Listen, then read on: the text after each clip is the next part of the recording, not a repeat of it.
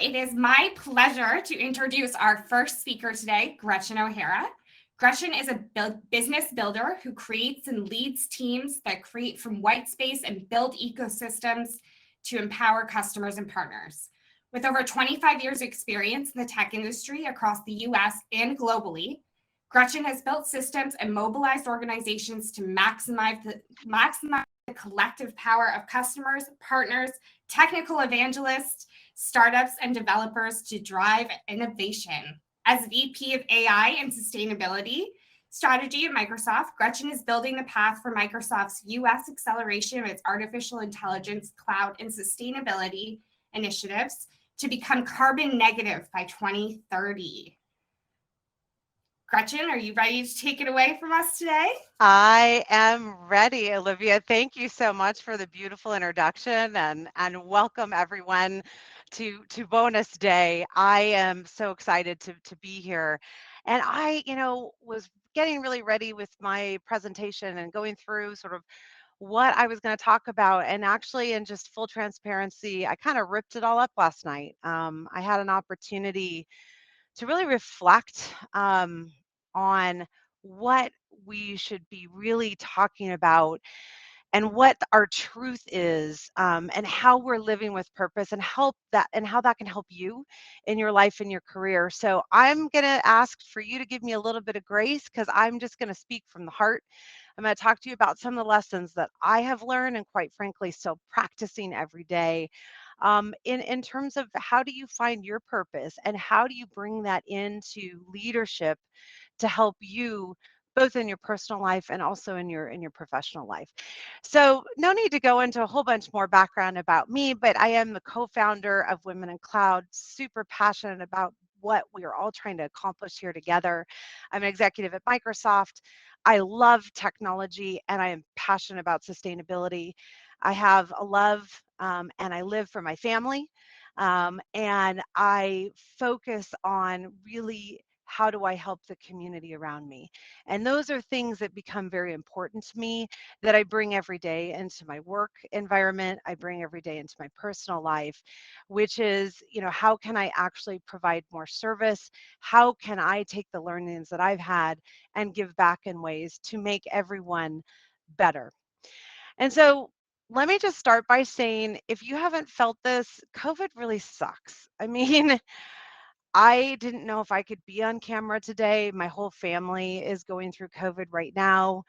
So it's running through the household. I have friends and colleagues who are impacted with it right now, hospitalizations, real trauma in here at home and other countries, even anxiety on how to get back and care for loved ones. I lost both my in-laws to COVID over the last year and a half. Um, and, it's been really hard. It's just been really hard, I think, to lead through that. And in combination, we're seeing the great resignation. People are starting to say, what do I want to do with my life? What is going to give me meaning? What's going to give me purpose? And these are things that I think are so important to understand what we need to bring to the table to help us get through some of these things. So living through COVID and then the social unrest in our country keeps me up at night, and it's just shining a big spotlight into the inequities that we're seeing systemically around, in our country and across the globe, and just doubles down on what we're trying to do, which is really the impact in STEM fields and really trying to create influence and action, to make a change. So you would think, you don't experience these things. I still do. I've been, I would say in situations where I've been judged really on appearance and not on capability. I've been told things that I can't do. I've been told things that, I shouldn't do. I've been, called various names that, are somewhat, I think, put you in a space that doesn't lift you up to your best potential. And so, it's not easy, right? It's not easy to be a leader in that environment. And so what I want to go through is sort of what I've learned. And essentially, you know, I want you all to know that it's not comfortable, and leadership isn't simple, and it's complicated and it's messy, and you have to work on it every day. And I work on it every day, and I'm going to share you a couple things that I believe are super important on your journey, things that I look for in other leaders, and things that I've learned that will set you up for an incredible day and the workshop ahead. Um, so let me just start by saying, courage. We talk about courage. We talk about there's lots of books on courageous leadership. It's very easy to say, and a lot of people throw that word out. It's much harder to do. If anyone's familiar with Brene Brown, huge fan. I would say that you are putting yourself out there every day when you talk about courageous leadership. You're putting yourself in the arena. And when you put yourself in the arena, you have critics, you have spectators, you have active participants, you have some supporters, but at the end of the day, you're there essentially alone, making courageous leadership decisions, making decisions that could have impact on yourself or others. And sometimes you don't know if that's going to end well or not. And so you make mistakes. And I think the thing about courageous leadership is that you recognize that you will be making these mistakes. And how do you not shy away from going back again and applying these learnings into what you're going to be able to do next? It is something that is really, really easy to say. It is very hard to practice. And so I practice every day. Don't shy away from being in that arena. Don't shy away from making the hard decisions. Don't shy away from having a voice, because your voice needs to be heard. You have something really important to say, and never feel like you cannot have that voice in the room. And so the first lesson for me in courageous leadership is you've got to be fearless. You've got to take that leap of faith. You've got to be comfortable with being really uncomfortable and build your psychological safety net. You know, that will help you take that next risk, because something will help you from you not falling. My psychological safety list is my family. And so I know, for example, that I can do these things and I have my family as my backdrop. What is your safety net? Build that as you think about courageous leadership. I came in and I told you I didn't have a speech. I ripped that up. Vulnerability. I started telling you how I was feeling today, because I know this is all about bringing your authentic self. This is about bringing your authentic self to the conversation, and we can have a real and truth telling conversation right here and right now. Years ago, I was in a leadership session and someone named me Kermit the Frog. And if you know anything about Sesame Street, Kermit the Frog essentially is a character that expresses a lot of vulnerability. And the reality was, I was named that because I didn't do it. I didn't share my vulnerability. I didn't share my flaws and my feelings and my fears. I tried to lead from this place of having everything figured out. And the reality is, you won't have everything figured out. And the more that you can bring your authentic self, the more you can be vulnerable in those conversations, and you're comfortable with your vulnerability, people will follow you. People will respect you. People will relate to you, because you are not an imposter. You are bringing your authentic self, and you love your authentic self, and others will come together. So practicing that vulnerability is one is just super important. We talk a lot in the global pandemic about resiliency, and I can't say that I can't talk about that as well, but I want to give you some tips around resiliency so that it's not just a word that you want to apply into your vocabulary as a leader. I think of resiliency as equaling grit. What do I mean by that? When we think about resiliency, we think about recovery. We think about the ability to bounce back, to fight trauma. You're facing challenges. What is going to set you up to be stronger, better for the next time around? How is it going to make you more capable to take on the next challenge? Resiliency is a leadership style that I equate a lot with grit. and a psychologist, Angela Duckworth, talks about grit, something that, you describe that helps you besides your passion and perseverance. It's what gets you to the next thing. It's not just your talent and it's not just luck. It is something that drives you. It gives you the tenacity to keep going.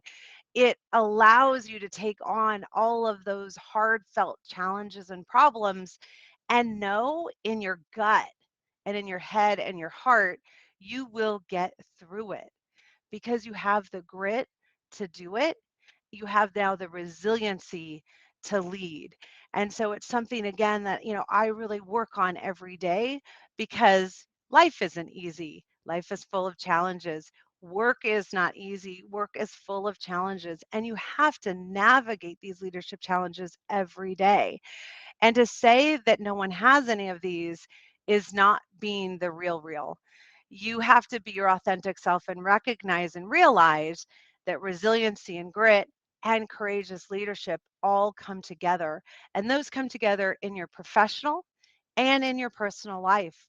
And that's something I also learned, which is those are highly interconnected. And to try and compartmentalize who you are and then who your work persona is a recipe for disaster. You have to know who you are. You have to do the lonely work to understand what your purpose is. And then you apply that resiliency and that grit to be stronger so that you can face those professional and personal challenges every day. And so, one thing that I've learned through this lesson is practicing optimism. And so, one thing you can take away from this conference is how do you change your mindset to practice optimism? I do a 30-day challenge where I text a partner every day on 3 things I'm grateful for. And man, that first week was really hard.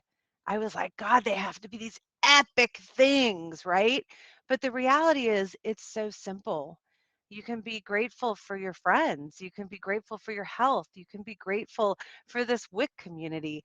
There's so much in practicing optimism. When you get into that habit of gratitude and optimism, that helps feed that resiliency and grit and then ultimately gets you in a place of courageous leadership. The next lesson for me is really about leading with empathy.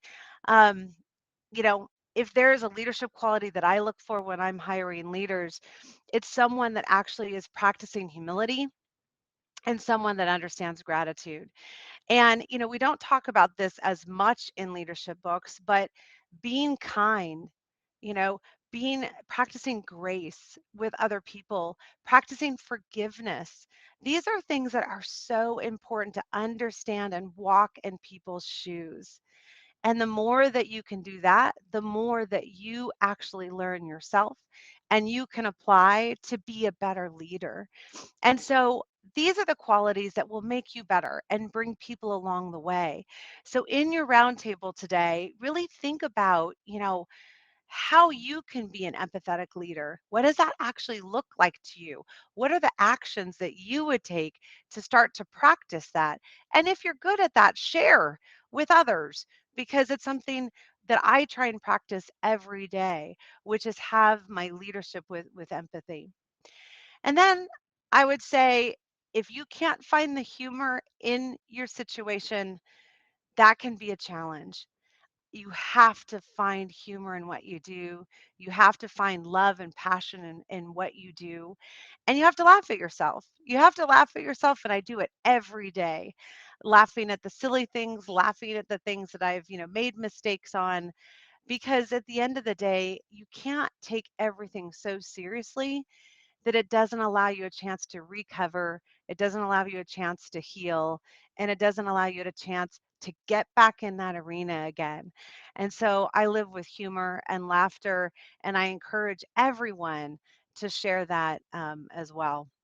And so when I think about these leadership traits for me, this all finally comes together with how I live with purpose. And that really is what is today, is living with purpose, finding that purpose. It's a journey, and it is a journey that you alone have to take and do the lonely work to understand what is important to you. What is your purpose driven mission? How are you going to show up every day? What is going to guide you on that journey of your personal and professional life? Once you do the lonely work, you then can be supported with friends and family and colleagues and community like what we're doing today. But you have to get to that core and that gut of like what it is for me. My purpose driven statement is live every moment with passion and compassion. And I had that purpose driven mission a while back because I realized that I appreciated every moment that I got. I appreciated every opportunity that I was given. I celebrated every opportunity with success. I gave my whole being to things that I believed in terms of passion, but I recognize that there are always other things out there with hardships and challenges and setbacks and career stalls. And the reality is that I have to have not only the passion that I want to be able to do with my purpose, but recognize and compassion of bringing everyone else along. And so that is what I've done to really bring out my purpose. And when I have that, I get balance. And that's the other thing. It's like, how do you make sure that you can stay in balance of what you're trying to accomplish? And when you don't have really a purpose that is set forth for you, you can start to get out of whack. You could end up being a total workaholic. You could maybe not get into your job. You could be absent from your children or your family. You could be not present with your spouse or your loved ones. I mean, whatever that is, you have to be able to understand what journey you're on. You have to do the work to get that defined. And then you can be able to really live that as your North Star.